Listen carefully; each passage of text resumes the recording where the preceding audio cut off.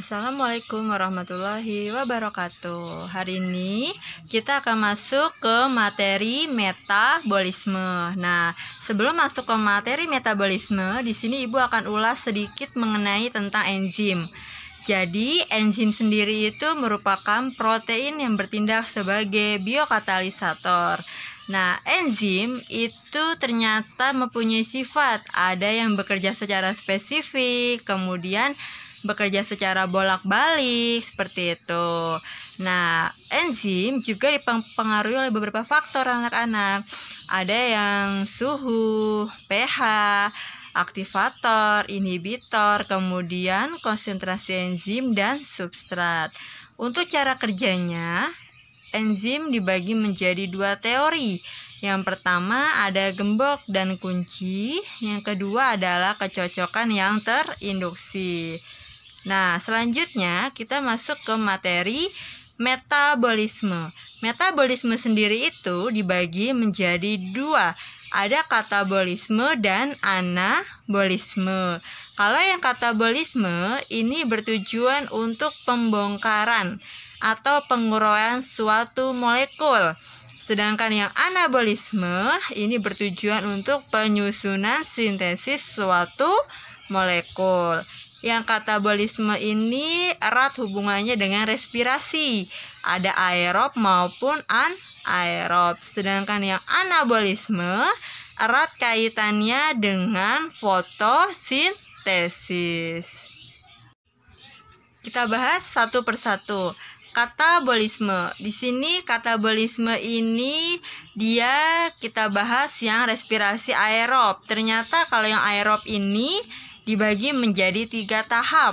Ada glikolisis, siklus atau Dahl-Krebs, kemudian sistem transport elektron. Sedangkan yang respirasi anaerob, dia itu masuk ke fermentasi. Nah, di sini contohnya adalah alkohol dan fermentasi asam laktat.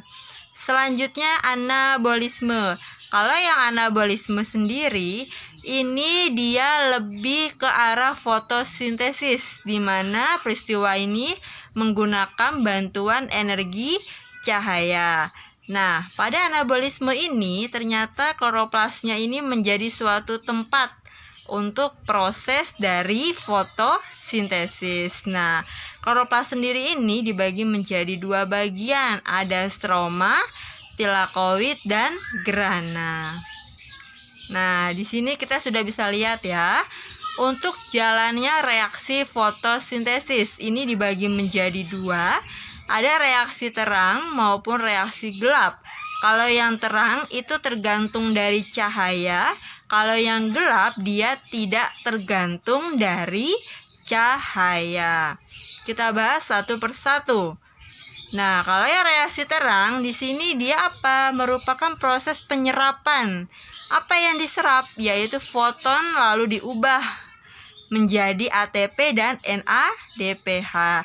Di mana dia terjadinya? Biasanya pada waktu siang hari dan terjadi di membran tilakoid. Prosesnya gimana, Bu? Ternyata dia itu membutuhkan energi cahaya, ya. Jadi kloroplas itu membutuhkan energi cahaya untuk menyerap.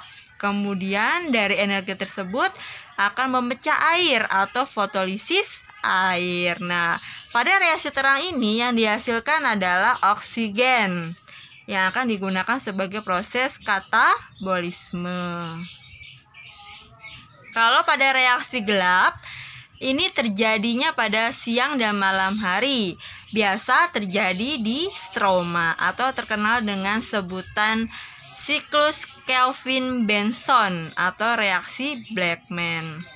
Nah, kalau reaksi gelap ternyata prosesnya itu dimulai saat oksigen, maksudnya adalah karbon dioksida yang diikat menjadi senyawa karbon labil. Kemudian pada reaksi gelap ini ternyata ada glukosa 6-fosfat yang akan digunakan untuk membentuk karbohidrat. Dan hasil akhirnya berupa fotosintesis, yaitu apa?